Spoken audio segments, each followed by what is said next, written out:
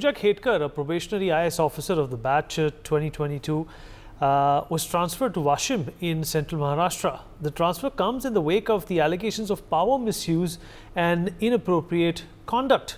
IAS trainee Pooja Khedkar secured an All India rank of 841 in the UPSC exam. The Maharashtra cadre officer made headlines for using her private Audi car equipped with a red-blue beacon light and a VIP number plate, which is in violation of protocol for a probationary officer. Khedkar has been accused of submitting fraudulent documents also to clear the civil services exams. Reports also indicate that she used fake disability and other backward class OBC certificates as well as a mental illness certificate to qualify. In April 2022, she was directed to report to the All India Institute of Medical Sciences in Delhi for verification of a disability certificate but failed to do so, citing a COVID-19 infection. Khedkar's demands for facilities not available to IAS probationary officers further fueled this controversy, and we are going to talk about that. Joining us on the show is Mr. Mahesh Zagade, former Principal Secretary, Government of Maharashtra. Also joining us on the show is Mr. Sumit Peer, Senior Political Commentator. Joyita Basu, editor of the Sunday Guardian, also joins us on the show to talk more about this. Joyita, I'll begin with you. What do you think is going on over here? Is this something which is perhaps very prevalent and known in the inner circles of bureaucracy, but has only in this way come to light after this incident? What do you make of it? Well, one thing is for certain.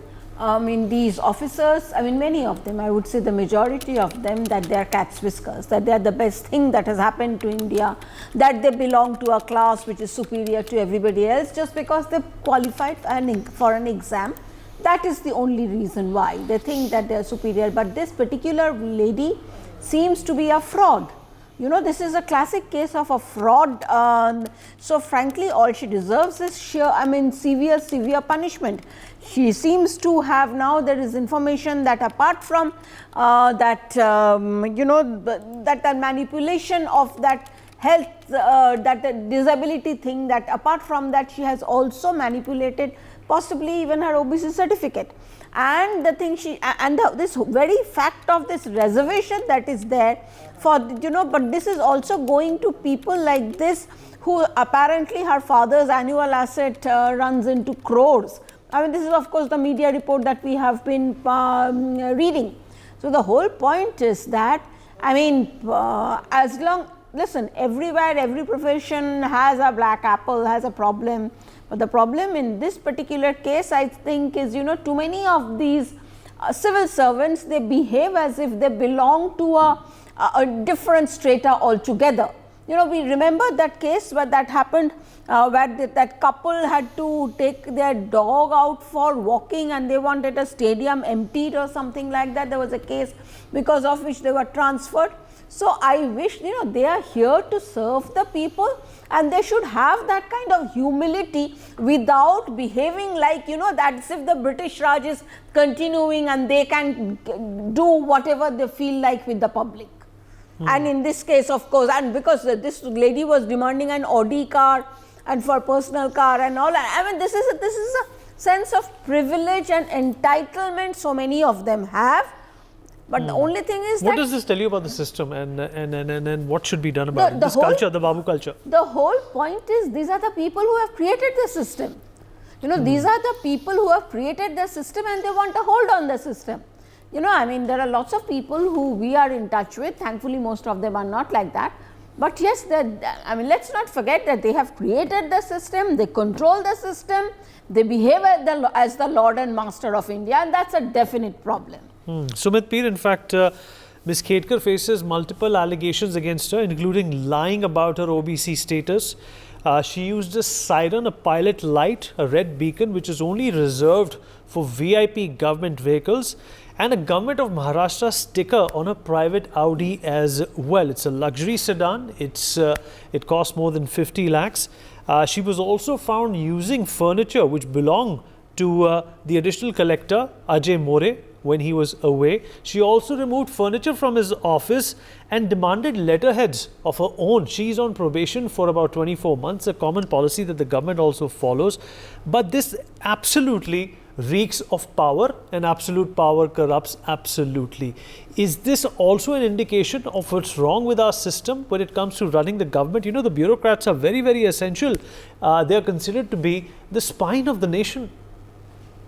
Vinny, thank you very much for having me on your show. It's a very important debate. Look, it's not a question of one person as such. It's not a question of this lady as such.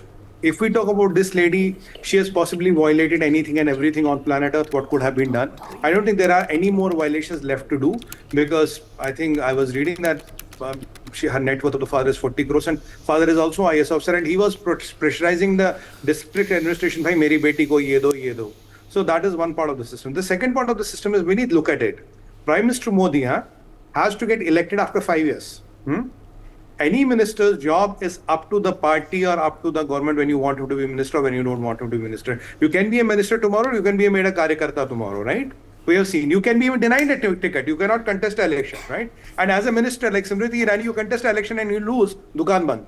So every 5 years, these ministers, the Prime Minister of the India, and everybody has to prove its mettle and have to come again, facing all the sweat and blood of elections and all. But the challenge of the system is that if you are, once you qualify the exams, there's nothing which can be done to you. What have you done to the lady? You're just transferred her. Can you dismiss her? No, you cannot. Can you suspend her? You cannot even suspend her. And the challenge is that when you're from the OBC community, then you misuse it. Now look at the father. You know, that is how the reservation is being kind of, is not handled properly in our country. Look at the father, worth 40 crores. Now they have an Audi car, good and all. Why kids of such people should have the continued reservation? That's also a question the system has to answer. I mean, I'm not against the reservation, but give it to somebody who is more deserving. They're already rich, they're already settled. Why do you want to give them reservation again? I mean, they're already settled, and for the sake of God, they can do anything on planet Earth. Why do they again want to use the OBC certificate and again then fudging these handicap circuits and then the bank, this mental illness and all, not turning up for the, examination? How does system allow such people to enter the system? And once she has entered the system, she removed the office, she moved to the furniture, she did everything what a possible young brat could do. Sorry, that's the only word I can think of. So now people like her insult the profession as such. People have like her question the faith as such.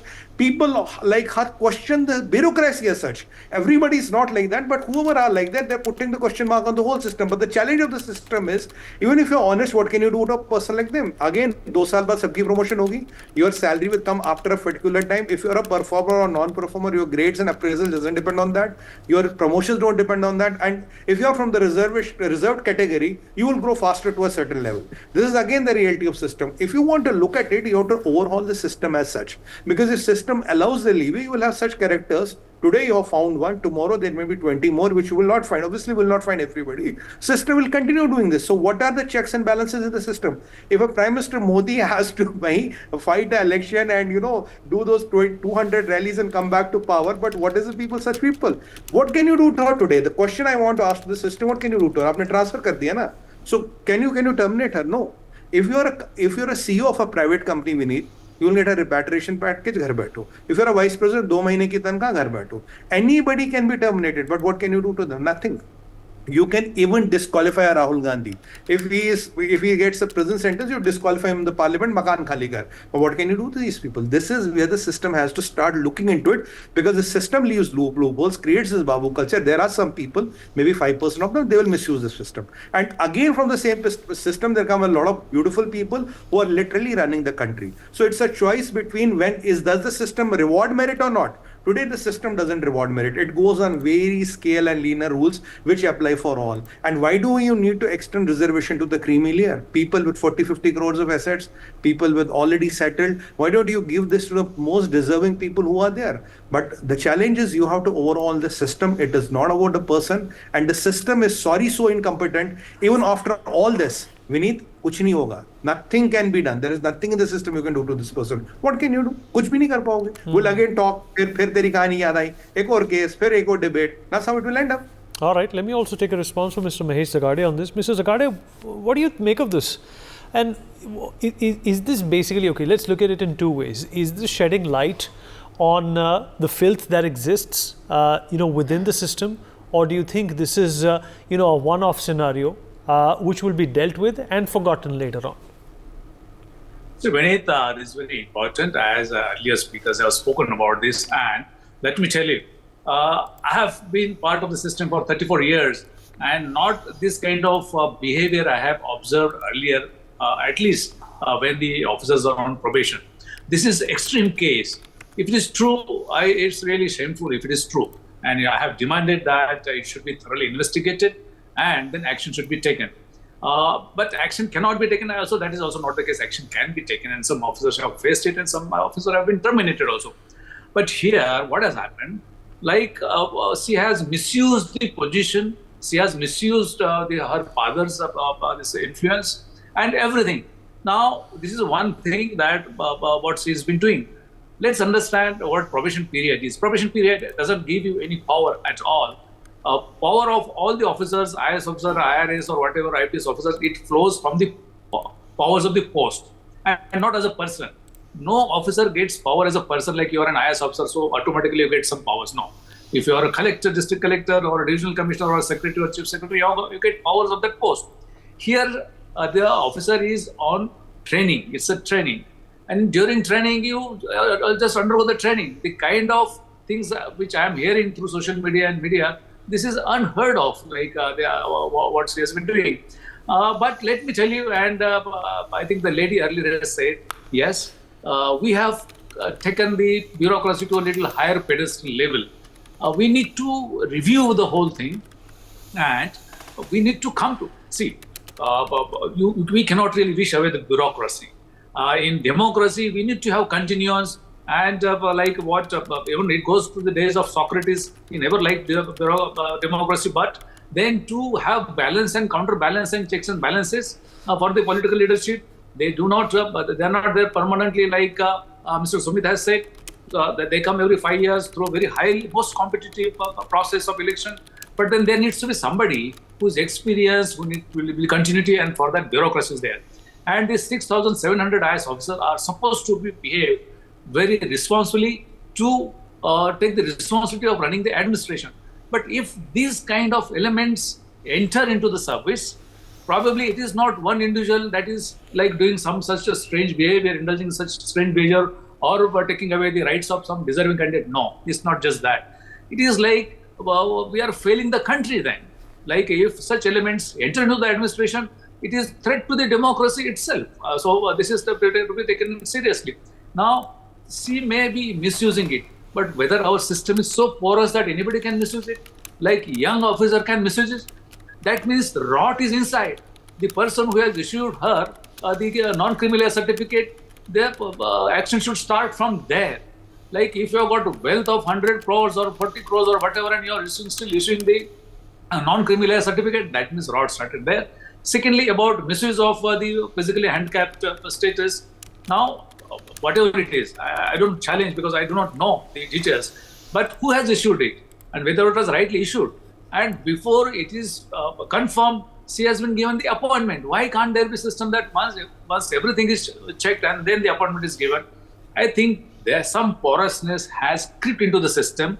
We need to take review of the whole systems, and action should be taken against those who are culprit within the system to allow such behavior to flourish. Now she has been transferred from Pune to Washim. Transfer is what she is not holding any functional post. She is a trainee. She can undergo training anywhere. But one thing is that it has shaken the youth that such illegal things do happen at the highest level of bureaucracy. Probably this is going to send a very wrong signals to the bureaucracy about the youth in the country. Secondly, the faith in the system will also start failing. This is also a big threat to the democracy. Therefore, I am suggesting, and this is my wish, that it should not be considered as a case of just one Pooja Khedkar, but it is the rot that has set in the system for the last 70, 75 years that needs to be reviewed again, what could be done. And then we must march forward. We must forge the things and should not allow anybody to misuse the system. Joyita, how does one get rid of this muck? And obviously, this is something that cannot be brushed under the carpet. If this is an incident that has come to light of haughtiness and arrogance and entitlement, then I'm very sure, as much as you are, that this is just the tip of the iceberg. Of course, we know that it's just the tip of the iceberg. I mean, it is very worrying that, people from within the system are so willing to subvert the system, to corrupt the system, and I think so obviously there is a problem inside the system. I think the first thing that needs to be remembered, what is the punishment? What is the deterrence in this case? Now, if transfer is the punishment, sorry, that is not enough. Just imagine forging someone's own credentials and trying and getting a job in a private company. What happens next? If that is found, not only is the person sacked, that's a black mark on that person's record, and that person is unlikely to get a job in the, and basically totally sidelined and thrown out of the system. What is going to happen to these officers except for a few days of, making news headlines on TV and newspapers and online? If nothing happens beyond that, I think that is so. There has to be a provision of, basically you have to sack these people, you have to ensure that they do not get any scope, any further employment anywhere, and there has to be a black mark on their name. I mean, why do these people go, why are these government jobs taken so, given so much value? It is because of the perks that come and because of the lifelong pension that they get after their tenure is over, the perks and the power and the freebies, everything they get free. I mean, as private sector employees, we cannot even imagine of the perks that they get, and we cannot even imagine of having no accountability. Everything that we do, every move that we make, we have to ensure that we are accountable to whatever we are doing. We cannot take our organizations for granted. We cannot take our moves for granted. Why is it that these people will get away by basically corrupting the system in such a major way? Give them punishment, and it has to be, not only justice has to be done, it has to be seen to be done. It is basically, there has to be proper punishment. I would like to know how this girl is being punished. All right. Advocate K.V. Dhananjay, senior lawyer, is also with us on the program. Advocate Dhananjay, thank you for taking out the time and speaking with us. What do you make of this situation? How is this reflective of the culture, the rot that prevails within the bureaucracy? And, once again, for the lack of a better word, this ever-pervading emotion of entitlement.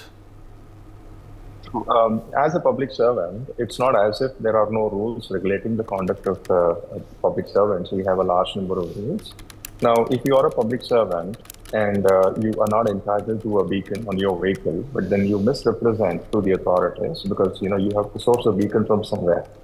So as part of that, if you misrepresent your stature, then that is misconduct, for which an inquiry could be held, and if the charge is proven, then the person could be suspended with a warning, and should there be a repetition, the person could very well be terminated. Number one. Number two, impersonation at the end of the day is also a crime. So a large number of states have civil service rules whereby if a public servant, civil servant technically, the person at issue is a civil servant. If a civil servant is arrested for any crime, and if the person happens to spend behind bars for 48 hours or more, now as part of investigation, should the police arrest and 48 hours or more, the person spends behind bars, then the person stands automatically suspended from work. There must be a separate committee that will deliberate after the person comes out of jail, then to deliberate on whether to revoke the suspension or not. So we do have rules in force. And it's apparent that the father of this person here, seems to have amassed wealth that is proportionate to his known sort of income. Because what happens is, politicians at the end of the day don't really have these rigid rules on a prohibition of running business and earning money from your business and all that. But civil servants across the country, you have a strict and rigid rule. If you're a civil servant, you cannot have any other source of employment. You cannot have any other source of income. So if this individual, there is a Lokayukta for every state now after the 2013 Lokpal and Lokayukta Act. We have the Lokpals in all the Lokpal for the center and Lokayukta in all of the states.